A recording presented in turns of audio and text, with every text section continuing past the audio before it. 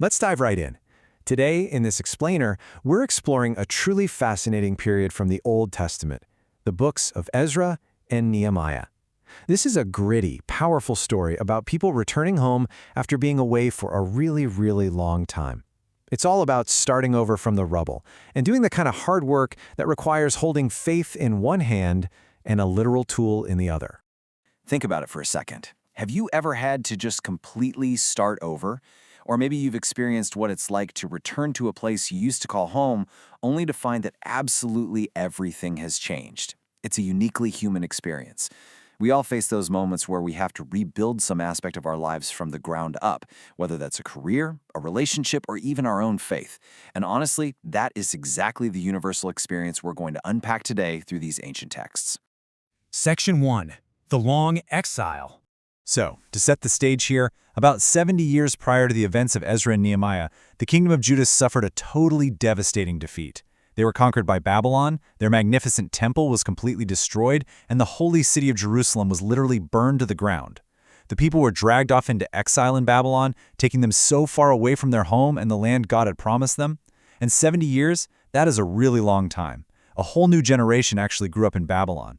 Many of these people had never even set foot in Jerusalem. They only knew about it from the nostalgic, heartbreaking stories their parents and grandparents told them. But then, out of nowhere, an absolute miracle happened. The Babylonian Empire was conquered by a new power, the Persian Empire, led by King Cyrus. And Cyrus did something totally unprecedented. He issued a decree stating that the Jewish people could finally go home, they could take back their sacred temple objects and rebuild.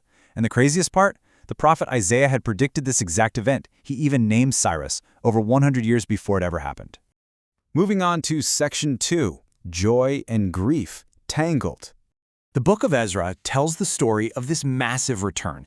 The people gather, they make this long, exhausting journey back to a ruined land, and what do you think they do first? Well, before the walls are even up, they rebuild the altar. They start with God, making sure to worship before they build the actual structure. And this brilliantly illustrates the emotional complexity of the moment when they finally lay the foundation for the new temple. But there is a huge, stark contrast in the crowd. On one side, we have the younger people. They'd never seen the original temple, so they are just shouting for joy. They are so pumped because this is a brand new beginning. But on the other side, we have the elders. These are the folks who vividly remembered the sheer magnificence of Solomon's original temple, and they're weeping. They weep because they can clearly see how much smaller this new building is, and they feel the heavy, heavy weight of how much has been lost. The text actually tells us that you couldn't distinguish the shouts of joy from the sounds of weeping. The two sounds were just completely mixed together. You know, this reveals a really profound truth. New starts are very often hope and grief tangled together. I honestly think that is one of the most accurate, honest descriptions of any new beginning I've ever come across. Whenever we start over, we're carrying this immense hope for the future, but we're also mourning the loss of the past. It's a beautifully complicated reality. Section 3, A Great Work. Enter Nehemiah. He's a Jewish man serving in a highly trusted position as the royal cupbearer to the Persian king. When he gets word that the walls of Jerusalem are still just lying in ruins, it completely breaks his heart. He weeps, he prays, and then he bravely asks the king for permission to go back and fix it, and the king agrees.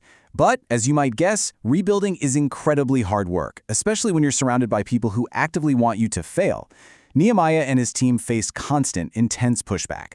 Neighboring leaders relentlessly mocked them. Enemies violently threatened them. And when none of that worked, his opponents tried to cleverly distract him by pulling him away into endless negotiations.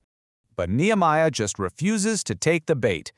His reply to these relentless attempts to pull him away is one of the absolute most memorable lines in the entire Old Testament. He tells his enemies, "I am doing a great work so that I cannot come down." Man, what a powerful anchor for protecting the work you are doing. He recognized the supreme importance of his mission and flat out refused to let anything or anyone derail his focus. And get this, because of that unwavering dedication, the massive walls of Jerusalem were miraculously finished in just 52 days. 52!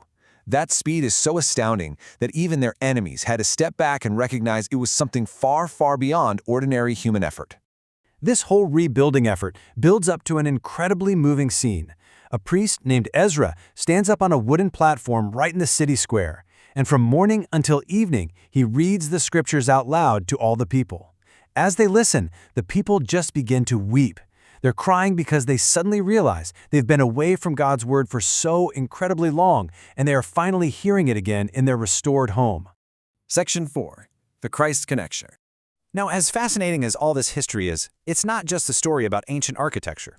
President Russell M. Nelson has taught that gathering Israel back to God's covenants is literally the most important work happening on earth today. The return from Babylon that we see in Ezra and Nehemiah, it's actually one of the Old Testament's most powerful pictures of what Jesus Christ makes possible for all of us. Think about it. Historically, the people were in the Babylonian exile. Spiritually, we were all, in one way or another, in exile too, separated from God, far from our spiritual home. Historically, it was Cyrus's decree that allowed them to return. Spiritually, it's Christ's atonement that acts as that ultimate decree. His atonement is the voice saying, "You can come back. The way is finally open." And just like they rebuild Jerusalem, we are experiencing a spiritual rebuilding. For members of the Church of Jesus Christ of Latter-day Saints, we believe this restoration is our modern return from exile. It began back in 1830 with the prophet Joseph Smith. Priesthood authority was restored to the earth, sacred ordinances became available all over again, and today the people are actively being gathered. Just like that ancient return, we don't come back to the exact same world we left. Things have been lost. The return is joyful, and yes, sometimes we're grieving at the exact same time, but we start building with what we have. This gathering, this restoration, it's a great work, and it is absolutely worth staying focused on. Section 5. Your personal invitation. So I want to offer you a really simple invitation for this week. Try using Nehemiah's powerful phrase as a personal touchstone. When all the noise of the world tries to pull you away from the things that actually matter, your faith, your family, your relationship with God, try saying to yourself, even just quietly in your own mind, "I am doing a great work and I cannot come down." You don't have to say it arrogantly, just honestly. It's a fantastic mental tool to keep your eyes firmly fixed on what is actually worth building in your own life. If anything you heard in this explainer sparks something in you, I highly encourage you to dive into the source material yourself. Your reading assignment is Ezra 1, chapters 3 through 7, and Nehemiah 2, 4 through 6, and chapter 8. You can also grab a free study guide over at comefollowme.churchofjesuschrist.org. And remember, the scriptures are for you exactly as you are right now in whatever rebuilding phase you might find yourself in. I want to leave you with one final thought to really chew on. What is the great work you are building right now that you just cannot come down from? Whether you're laying a brand new foundation, facing critics up on the wall, or just trying to find your way back home, your work matters. Don't come down. Keep building. Thank you so much for joining me for this explainer, and I'll see you next time.